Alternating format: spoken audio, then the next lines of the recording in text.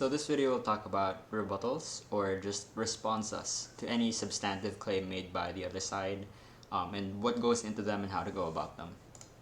So in essence, a rebuttal is just any counterclaim to an argument. And I think when you're starting out debating, the distinction becomes very clear. Arguments are the things that you make up during your prep time, and then rebuttals are things that you come up with when you're trying to respond to the opposing team when they speak.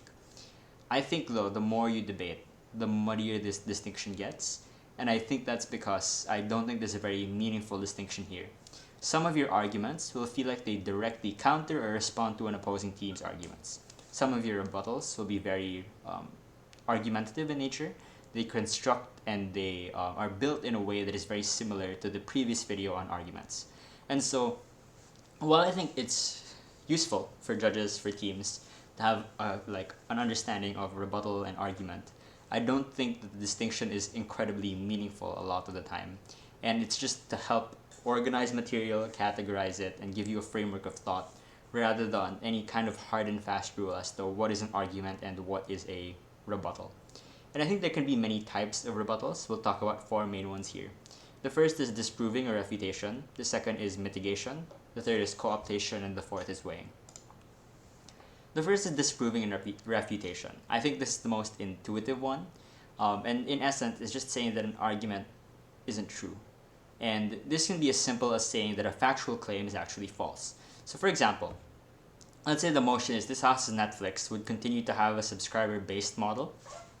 A government team might say, this is the model that's leading, or rather that has caused and is continuing to cause consistent and increasing rates of growth.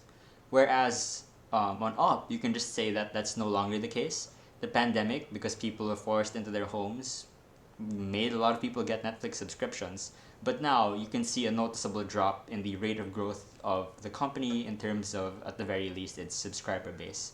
And so what I'm saying here is, op is just saying they disagree. It is not true, actually, that Netflix is having an increasing rate of growth.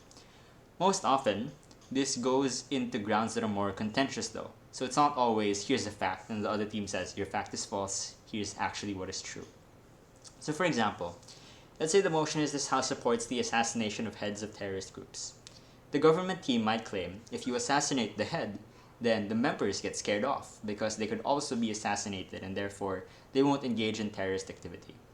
One way to respond to this is to say that, number one, if members were dissuaded by fear, then there were so many ways in which governments were already doing heinous acts on terrorist organizations. Being a terrorist is already very scary, etc., that fear might not be the biggest motivator for them, and that's not true.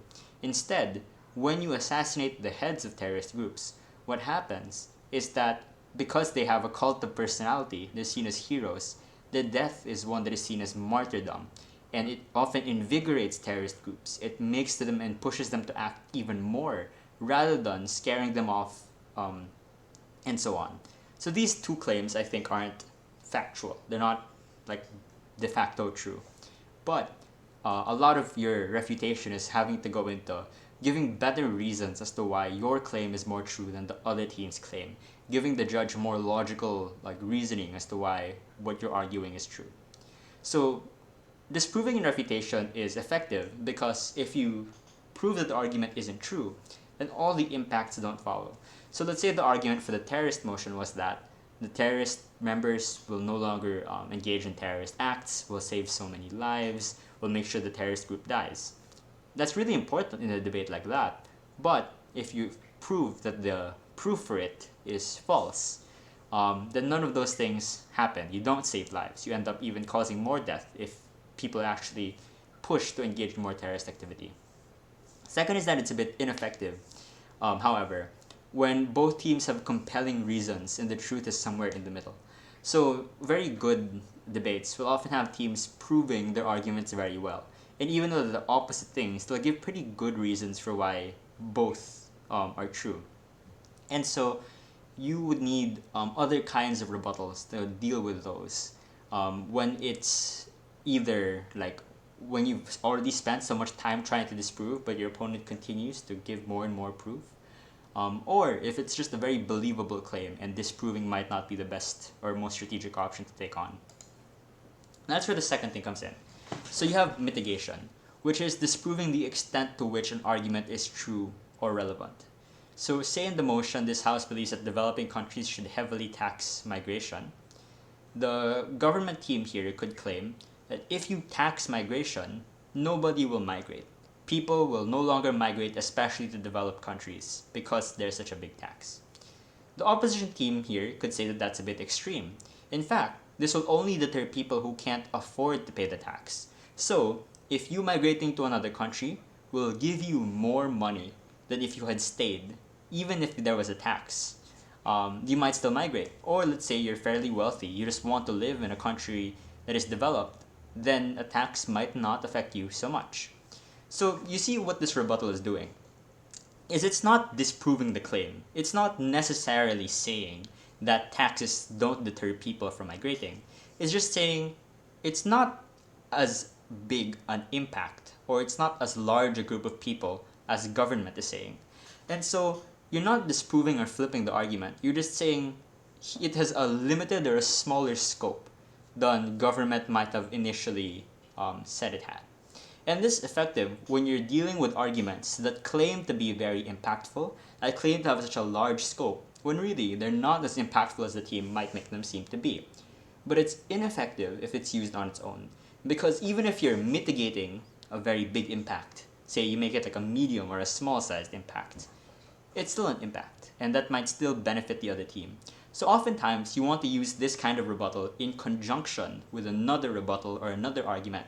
You say, their argument, not as big or as important as they make it out to be, here's another argument of ours that is actually much more important. And so you can't use mitigation on its own.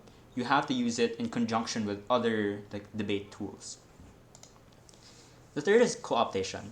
So sometimes both teams are attempting to reach the same goal, and they are both true to an extent. It's just a matter of who's going to reach that goal better. So let's say the motion is this House would decriminalize the consumption of all drugs. A common goal for both teams is to reduce the number of drug-related deaths, overdoses, etc. Op here could claim that punishment is a strong deterrent for people to use drugs, and so if people fear jail, they will no longer engage in the activity of doing drugs. If I'm Gov, one way I could possibly respond to Op is that this only really affects people who are not, who have not yet done drugs.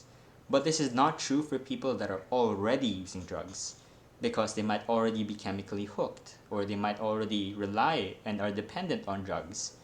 And the problem with punishment is that they will not come to the police, they will not come to the hospitals, etc., and say that they have a drug problem in the instance that might get them a record. Heck, they might not even come to their friends and family because they are seen as criminals, so there's a social stigma associated with criminals. And so, the solution of decriminalizing is better because we want to reduce drug-related deaths and overdoses, yes, but where that is most likely to occur are people who are already engaging in drugs. And that's where co-optation comes in. We want the same thing, we just do it better. And here we're saying we also want less deaths, less overdoses. We just think to do that, you have to target the people that are most likely to die and overdose. Weighing. So unlike the previous thing, or rather, unlike co-optation where you want the same thing, instead, you're going for two separate things. And you're just saying what we're going for, our goal, is more important than your goal. So let's say the motion is this House believes that acts of violent protests are legitimate. Government might say that some groups have no other means of recourse, and violence is the only way for them to get change. Opposition might say, even if no change occurs, and giving up the goal of change, or social change, or whatever, to the government side, violence is still the biggest harm. One way opposition could weigh their argument is certainty. They say that change will occur. We say we have to avoid violence. There is no certainty that change will occur on Gov. Some people might react negatively to violence. It might get you less seats in parliament. It might get you less votes, etc. And thus, you're not even sure if you'll get change. But because violence is part of how these protests work, then you have the certainty of the harm to these people. And thus, by value of certainty, we would prefer avoiding violence rather than going for some kind of speculative change. So here, you have goal A, you have goal B. You're saying that goal A is more important than goal B. Whereas with co-optation, you're saying we have one goal, goal A, but we have means A and means B. We prefer means A to means B. Those are the main types of rebuttal. Might be some more advanced types of rebuttal or other types, but I think that this will summarize most of the rebuttals you will run into.